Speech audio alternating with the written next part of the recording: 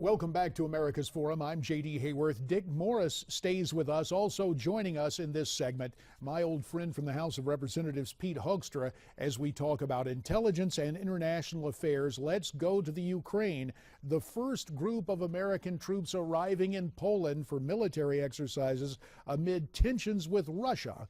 The 150 soldiers will be followed by 450 more within days. President Obama warning Russia that if it refuses to come up with an agreement to reduce tensions in eastern Ukraine, the country will face new sanctions. This as reports emerge of violent incidents erupting overnight between pro-Russian militants and Ukrainian forces. Let's call in my aforementioned colleague, Pete Hoekstra, former chairman of the House Select Committee on Intelligence. Pete, as we're looking at all this unfold, what type of intelligence capabilities do we really have in the Ukraine?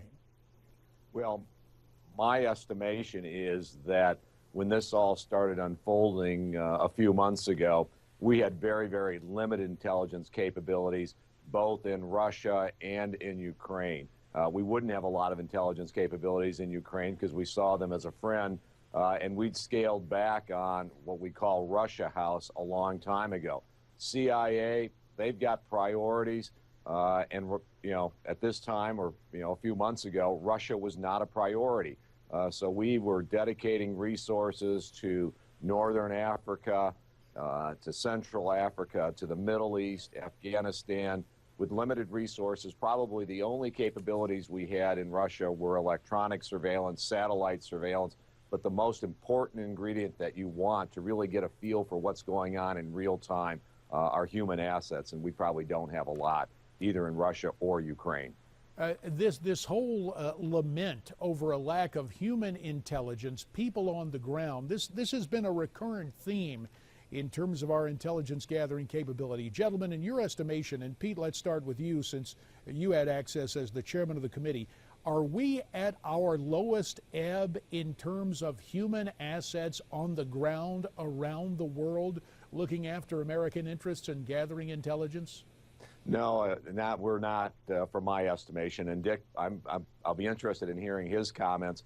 I think we probably reached the lowest point during the Clinton administration. This was after the Deutsch Doctrine and a whole bunch of things, but we really scaled back on human intelligence. Human intelligence is risky. It sets you up for spectacular failure if some of your assets are uncovered. So during the Clinton administration, we really scaled back on human intelligence, relying more on satellites and electronic surveillance.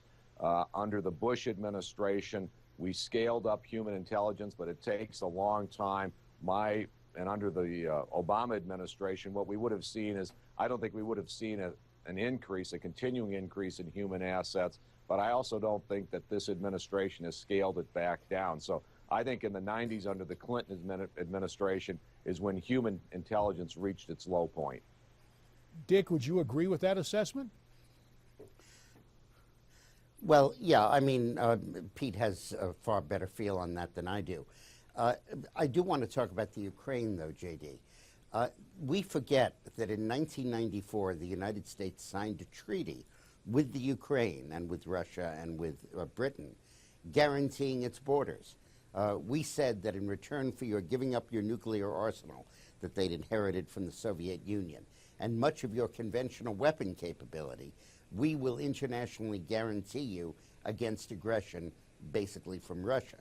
And now there is the most wanton of aggression. When you say pro-Russian dissidents, they're not. They're Russian troops and they're intelligence operatives who've been identified in photos that have changed into civilian dress in order to occupy these these government buildings. And the goal here is to fabricate an incident where the Ukrainian troops kick them out, and then Russia invades Ukraine, saying we're just going in to protect our ethnic Russians, just like Hitler used to do.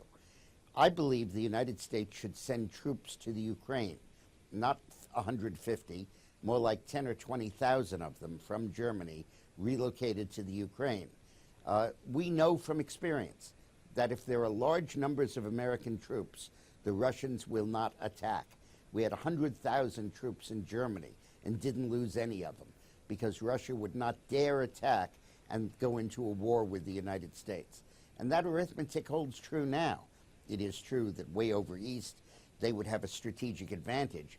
But come on, the GDP of the United States is 16 trillion, Russia's 2 trillion. Our ability to sustain an ongoing military conflict would be huge. And it's not going to happen. The United States should honor its treaty commitment and stop Hitler/Putin before he aggresses on other countries like the Baltic countries, Poland, Moldova, and Azerbaijan. We know the way you have to deal with dictators. We learned it at Munich. Let's incorporate that lesson. Well, it's certainly one point of view out there, and Dick Morris, as you offered the notion that there should be even more troops put in directly into the Ukraine. Pete Hoekstra, you and I used to run for office every 2 years as members of the House. Politically in the United States at this time, is that a palatable point of view?